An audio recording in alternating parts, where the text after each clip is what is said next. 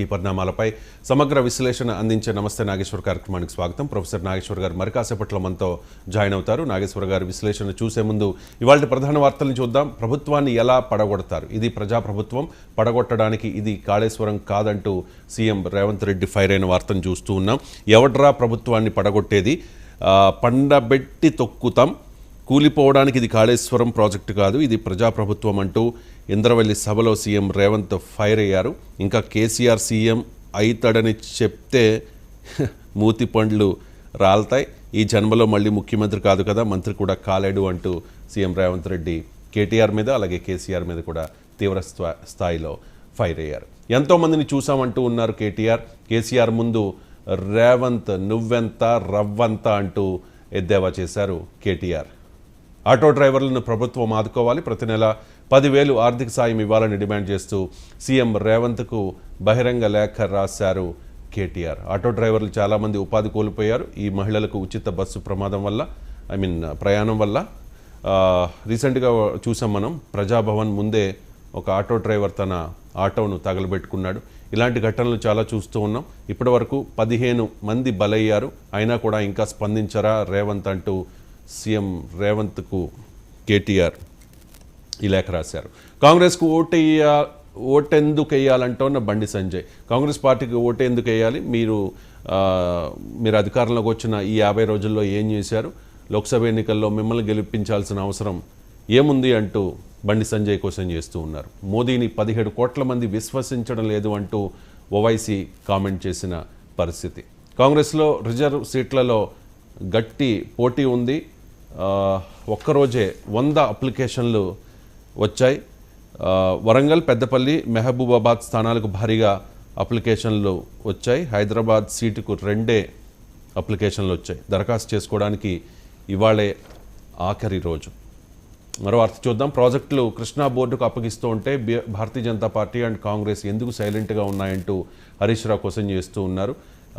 నీటి ప్రాజెక్టుల విషయంలో ఇంత అన్యాయం జరుగుతూ ఉంటే భారతీయ జనతా పార్టీ అండ్ కాంగ్రెస్ ఈ 2 పార్టీలు కూడా ఒక్కటే కాబట్టి వీళ్ళ లోపాయికారి ఒప్పందంలో భాగంగా సైలెంట్గా ఉన్నాయి అంటూ హరీష్ రావు కామెంట్ చేసిన వార్తను చూస్తూ ఉన్నాం. వైఎస్ఆర్ కాంగ్రెస్ పార్టీ సమన్వయకర్తల నియామకం 6వ జాబితాను విడుదల చేసింది అధికార పార్టీ. చిత్తూరు లోక్సభ సమన్వయకర్తగా సిట్టింగ్ ఎంపీనే నారాయణ స్వామి జీడి నెల్లూరులోనే, ఎమ్మిగనూరులో బుట్టా రేణుకకు అవకాశం కల్పించారు. మార్కాపురం, గిద్దలూరు ఎమ్మెల్యేల పరస్పర మార్పిడి. మైలవరంలో ఎమ్మెల్యే కృష్ణప్రసాద్ను తప్పించి తిరుపతి రావుకు నియామకం ఇచ్చారు. 3 లోక్సభ నియోజకవర్గాలకు సమన్వయకర్తల ప్రకటన. 10 మార్పులతో 6వ జాబితా విడుదల చేసింది వైసీపీ. కానీ వైఎస్ఆర్ కాంగ్రెస్ పార్టీలో ఇప్పటివరకు 6 జాబితాలు రిలీజ్ అయ్యాయి. జాబితా రిలీజ్ అయిన ప్రతిసారి కూడా ప్రతిపక్షాలు ఎద్దేవా చేస్తూ ఉన్నాయి, ఏదో విధంగా ఎద్దేవా చేస్తూ ఉన్న పరిస్థితి. ఇప్పుడు జాబితా రివర్స్, మార్చిన వాటిలో మళ్ళీ మారుస్తూ ఉన్నారంటూ ప్రతిపక్షాలు ఎద్దేవా చేస్తూ ఉన్న పరిస్థితిని చూస్తూ ఉన్నాం. సీనియర్లతో బాబు దొంగాట అనే ఒక వార్తను సాక్షి హైలైట్ చేస్తోంది. పవన్ కళ్యాణ్ పేరుతో పలువురు సీనియర్లకు టిక్కెట్లు ఎగ్గొట్టే కుట్ర చేస్తూ ఉన్నారు చంద్రబాబు నాయుడు అనే వార్త ఇది. తాను సీట్లు ఇవ్వద్దని అనుకుంటూ ఉన్న వారికి నేరుగా చెప్పడానికి భయపడుతూ ఉన్నారు చంద్రబాబు. కాబట్టి పవన్ చెప్పాడంటూ 7గురికి టికెట్లు తిరస్కరించారు. గతంలో వారు పవన్ను తిట్టారనే సాకు చింతమనేని ప్రభాకర్, అన్ననే గెలిపించనోడివి నువ్వేం గెలుస్తావు, నువ్వు మమ్మల్ని గెలిపించావా అని ఒకనొక సందర్భంలో కామెంట్ చేశారు. చింతకాయల అయ్యన్న పాత్రుడు గారి అబ్బాయి చింతకాయల విజయ్ చిరంజీవి గారిని దౌర్భాగ్యుడు అంటూ కామెంట్ చేశారు. అప్పట్లో చాలా వివాదమైంది అది. సో గతంలో పవన్ను తిట్టారు కాబట్టి ఆ సాకుతో ఇప్పుడు టిక్కెట్లు ఎగ్గొట్టే ప్రయత్నం చేస్తూ ఉన్నారు, కుట్ర చేస్తూ ఉన్నారు సొంత పార్టీ నాయకుల మీదే అంటూ సాక్షి వార్తను హైలైట్ చేస్తోంది. ఈ జాబితాలో చింతమనేని ఉన్నారు, చింతకాయలు విజయ్ ఉన్నారు, గోరంట్ల బుచ్చయ్య చౌదరి కూడా ఉన్నారు. గోరంట్ల బుచ్చయ్య చౌదరి తెలుగుదేశం పార్టీలో చాలా సీనియర్ నాయకులు. ఎంత సీనియర్ అంటే చంద్రబాబు నాయుడు గారి కంటే బుచ్చయ్య చౌదరి గారే సీనియర్. సో జనసేన అభ్యర్థి ద్వారా బుచ్చయ్య చౌదరికి ఎసరు, అయ్యన్న కొడుకు విజయ్కి సీటు లేదని చెప్పిన బాబు ఇదే జాబితాలో మరికొందరు ఉన్నట్లుగా అనుమానాలు వ్యక్తం చేస్తూ సాక్షి వార్తని హైలైట్ చేస్తోంది. ఆంధ్రుల్ని పురుగుల్లా చూస్తోన్న మోదీ, అయినా ఏపీలో భారతీయ జనతా పార్టీ రాజ్యమే నడుస్తుందని షర్మిల కామెంట్ చేసిన వార్త చూస్తూ ఉన్నాం. ఏపీలో బీజేపీ రాజ్యం, ఒక్క సీటు ఆ పార్టీకి ఇవ్వని ఆంధ్రులు, కానీ బీజేపీకి రాష్ట్రాన్ని బానిసను చేశారు అని చెప్పి 2019 ఎన్నికల్లో 100 కంటే తక్కువ ఓట్లు వచ్చాయి భారతీయ జనతా పార్టీకి. ఇప్పుడు మళ్ళీ అధికారంలోకి వస్తామని వాళ్ళు చెబుతూ ఉన్నారు, అంటే జనసేన మద్దతుతో, లేకపోతే సింగిల్గానైనా. కానీ ఇక్కడ ఆంధ్రప్రదేశ్లో భారతీయ జనతా పార్టీ రాజ్యమే ఉంది. ఒక్క ఎంపీ సీట్ లేకపోయినా కూడా మొత్తం అన్ని పార్టీలు కూడా, అంటే తెలుగుదేశం పార్టీ కానీ వైసీపీ కానీ, ఈ రెండు పార్టీలు ఖచ్చితంగా బీజేపీకి మద్దతు ఇస్తూ ఉన్నాయి. హోదాపై ప్రశ్నించని 25 మంది ఎంపీలు, 25 మంది ఎంపీలు ఉండి ఏంటి ఉపయోగం? ఆ పార్టీకి 22, ఈ పార్టీకి 3, ఒక్కరు కూడా క్వశ్చన్ చేయట్లేదంటూ షర్మిల హోదాపై దీక్ష సందర్భంగా ఈ విషయాన్ని ప్రస్తావించారు.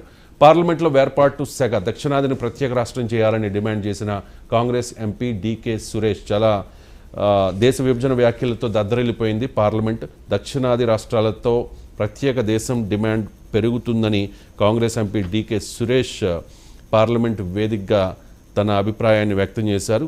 సోనియా గాంధీ వెంటనే క్షమాపణ చెప్పాలంటూ అధికార పక్షం పట్టుబడుతోంది. ఎందుకంటే డీకే సురేష్ కాంగ్రెస్ ఎంపీ కాబట్టి. దీనికి వివరణ ఇచ్చే ప్రయత్నం చేశారు కాంగ్రెస్ అధ్యక్షుడు, జాతీయ అధ్యక్షుడు ఖర్గే. కన్యాకుమారి నుంచి కశ్మీర్ వరకు ఒక్కటే.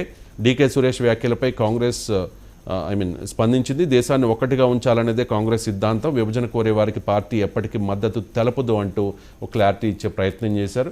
దాంతోపాటుగా ఏ పార్టీకి చెందిన వారైనా లేకపోతే తమ పార్టీ వారైనా సరే ఇటువంటి వ్యాఖ్యలు చేస్తే స్పందించేది లేదు అంటూ కామెంట్ చేశారు.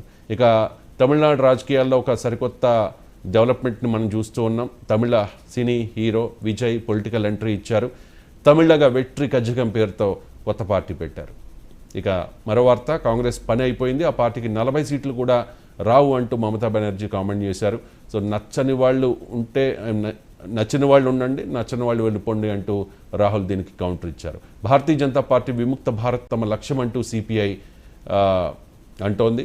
జార్ఖండ్లో భారతీయ జనతా పార్టీ కుట్రను సమర్థవంతంగా ఎదుర్కొన్నామంటూ రాహుల్ కామెంట్ చేశారు. ఇక్కడ జార్ఖండ్ మాజీ సీఎంతో మన జగన్మోహన్ రెడ్డిని పోలుస్తూ ఉన్నారు. నిన్న సిపిఐ జాతీయ ప్రధాన కార్యదర్శి నారాయణ కామెంట్ చేశారు. అలాగే వర్ల రామయ్య కూడా దీన్ని పోలుస్తూ ఉన్నారు. జార్ఖండ్ మాజీ సీఎం సంగతి సరే, మన సీఎం సంగతి ఏంటి? నమోదు చేసిన కేసులు ఈడీకి కనిపించడం లేదా అంటూ వర్ల రామయ్య కూడా ఎద్దేవా చేస్తున్న పరిస్థితి. ఇవి ప్రధాన వార్తలు. ఈ వార్తలపై సమగ్ర విశ్లేషణ అందించేందుకు మరి కాసేపట్లో ప్రొఫెసర్ నాగేశ్వర్